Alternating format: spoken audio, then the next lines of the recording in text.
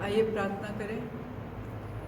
पिता परमेश्वर, प्रभु यीशु मसीह के नाम से आपके पास आते हैं, आपका धन्यवाद करते हैं सुबह की बरकत प्रोग्राम के लिए। और प्रभु जी, इस समय जबकि हम वचन सुनने जा रहे हैं दीपक सिंह के द्वारा, अपने वचन के द्वारा हम सबको आशीष दीजिए। धन्यवाद के साथ मांगते हैं, आमीन। सबको जय मसीह की। सुबह की बरकत में आपका स्वागत है। और आज का जो संदेश है वो हमारे लिए बहुत ज्यादा महत्वपूर्ण है, क्योंकि आज हम देखेंगे कि हम परमेश्वर की हजूरी में जब जाते हैं तो करते क्या हैं। और उसका बहुत साधारण जवाब है कि हम प्रार्थना करते हैं, और ये सही है। दूसरा सवाल ये है कि हम उसके पास जाते क्यों हैं। उसका जवाब है कि हमें उससे चीजें चाहिए। हमें वो ही है जो हमें दे सकता है, वो ही है जो उपलब्ध करा सकते हैं। अब सवाल यह है कि वो हमारे लिए हैं कौन। क्या वो हमारे लिए सिर्फ परमेश्वर हैं जो चीजों को उपलब्ध कराते हैं, वो हमें चंगा करते हैं, हमारी जरूरतों को पूरा करते हैं, जो चीजें हमें चाहिए उन्हें पूरा करते हैं। क्या परमेश्वर हमारे लिए सिर्फ यही हैं कि हमारी चीजों को पूरा करने के लिए जो हमें सूची चाहिए, जो हमें चीजों की सूची चाहिए, वो हम बनाकर परमेश्वर के सामने रखते हैं और परमेश्वर से कहते हैं कि परमेश्वर इनको पूरा कर दें। और इसमें कोई गलत बात नहीं है, क्योंकि मत्ती रचित सुसमाचार उसके 21 अध्याय 22 वचन में यही लिखा है कि जो कुछ तुम प्रार्थना में मांगो, विश्वास से मांगो, तो वे तुम्हारे लिए हो जाएगा। तो ये परमेश्वर का वचन ही हमें सिखाता है कि जब हमें किसी चीज की जरूरत है तो हमें परमेश्वर के पास जाना है, परमेश्वर से प्रार्थना में मांगना है। लेकिन सवाल हमारे सामने ये है कि क्या जब हम परमेश्वर के पास जाते हैं तो सिर्फ इसलिए जाते हैं क्योंकि हमें कुछ परमेश्वर से चाहिए। अब इस विषय पे आगे मनन करने से पहले मैं कुछ वचन आपके सामने पढ़ना चाहूंगा। उत्पत्ति की किताब उसका 22 अध्याय 8 वचन, 13 और 14 वचन। इब्राहिम ने कहा, हे मेरे पुत्र, परमेश्वर होम बलि की भेड़ का उपाय आप ही करेगा। तब इब्राहिम ने आंखें उठाई और क्या देखा कि उसके पीछे एक मेढ़ा अपने सींगों से एक झाड़ी में बंधा हुआ है। सो इब्राहिम ने जाकर उस मेढ़े को लिया और अपने पुत्र की संति होम बलि करके चढ़ाया, और इब्राहिम ने उस स्थान का नाम यहोवा यिरे रखा। इसके अनुसार आज तक भी वो यही कहा जाता है, और परमेश्वर के पहाड़ पर उपाय किया जाएगा। अब ऐसा है कि इस कहानी में कि जब इब्राहिम को परमेश्वर ने बोला था कि अपने पुत्र इसहाक को बलिदान चढ़ा, तो वो दोनों लेकर जाते हैं, और जब मेढ़ा वहां नहीं मिलता तो परमेश्वर ही उस मेढ़े का उपाय करता है। फिलिपियों उसका 4 अध्याय 19 वचन में लिखा है कि मेरा परमेश्वर भी अपने उस धन के अनुसार जो महिमा सहित यीशु मसीह में है, तुम्हारी हर एक घटी को पूरा करेगा। तो परमेश्वर का वचन ही हमें बताता है कि परमेश्वर ही है जो हमारी घटी को पूरा करने वाला परमेश्वर है। और इसीलिए हम परमेश्वर के पास जाते भी हैं, क्योंकि हम जानते हैं कि परमेश्वर ही हमारी जरूरतों को पूरा कर सकते हैं, हमारी घटी को पूरा कर सकते हैं। मत्ती रचित सुसमाचार उसका 6 अध्याय 25 और 26 वचन में लिखा है, इसलिए मैं तुमसे कहता हूं कि अपने प्राण के लिए ये चिंता ना करना कि हम क्या खाएंगे और क्या पिएंगे, और अपने शरीर के लिए हम क्या पहनेंगे। क्या प्राण भोजन से और शरीर वस्त्र से बढ़कर नहीं। आकाश के पक्षियों को देखो कि वे ना बोते हैं और ना काटते हैं और ना खत्तों में बटोरते हैं, तो भी तुम्हारा स्वर्गीय पिता उनको खिलाता है। क्या तुम उनसे अधिक मूल्य नहीं रखते। तो परमेश्वर का वचन ही हमें वायदा करता है कि परमेश्वर हर एक चीज उपलब्ध कराता है। हमारा खाना, हम क्या पहनेंगे, हम कहाँ रहेंगे, हर एक चीज की चिंता परमेश्वर हमारे लिए करते हैं। यिर्मयाह 30 अध्याय उसका 17 वचन में लिखा है, मैं तेरा इलाज करके तेरे घावों को चंगा करूंगा, यहोवा की ये वाणी है। तो ना केवल परमेश्वर हमारी जरूरतों को पूरा करते हैं, परमेश्वर का वचन कहता है कि वे हमारे बीमारियों को भी चंगा करते हैं, हमारा इलाज भी करते हैं, हमारे घावों को भी चंगा करते हैं।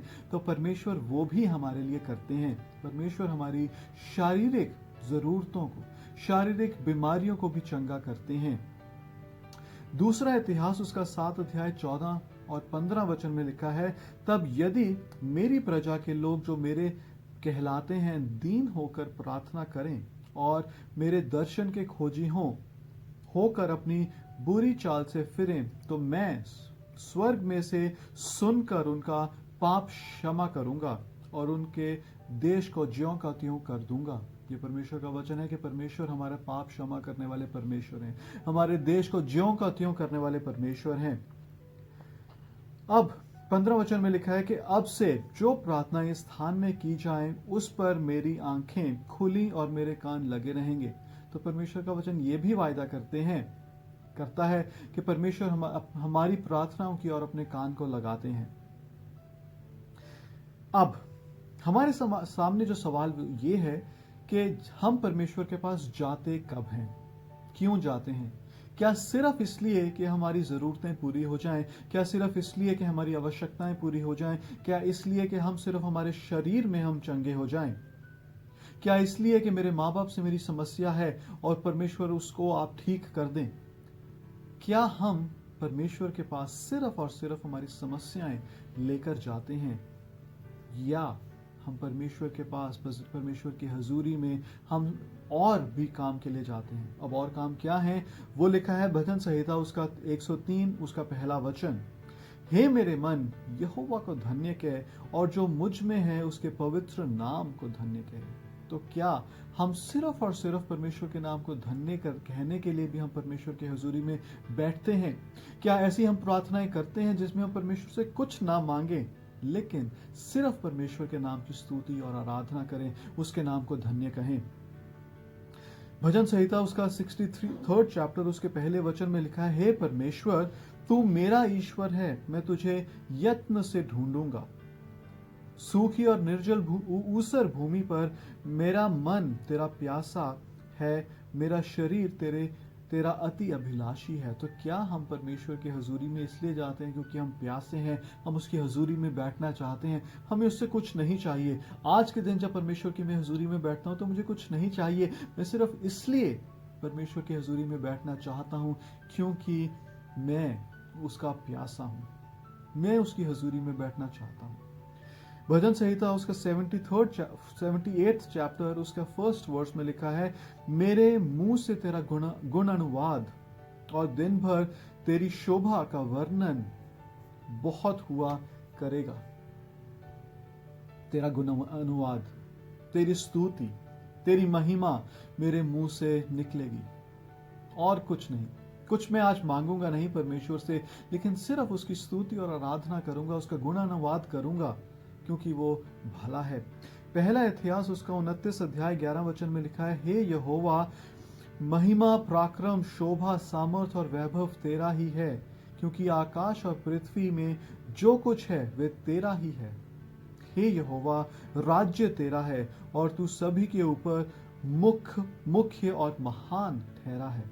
तो क्या हम परमेश्वर की हजूरी में सिर्फ इसलिए जाते हैं कि उसकी महिमा, उसका पराक्रम, उसकी शोभा, उसके सामर्थ्य और उसके वैभव की स्तुति करने के लिए, उसकी आराधना करने के लिए, बताने के लिए कि परमेश्वर आप कितने महान हैं?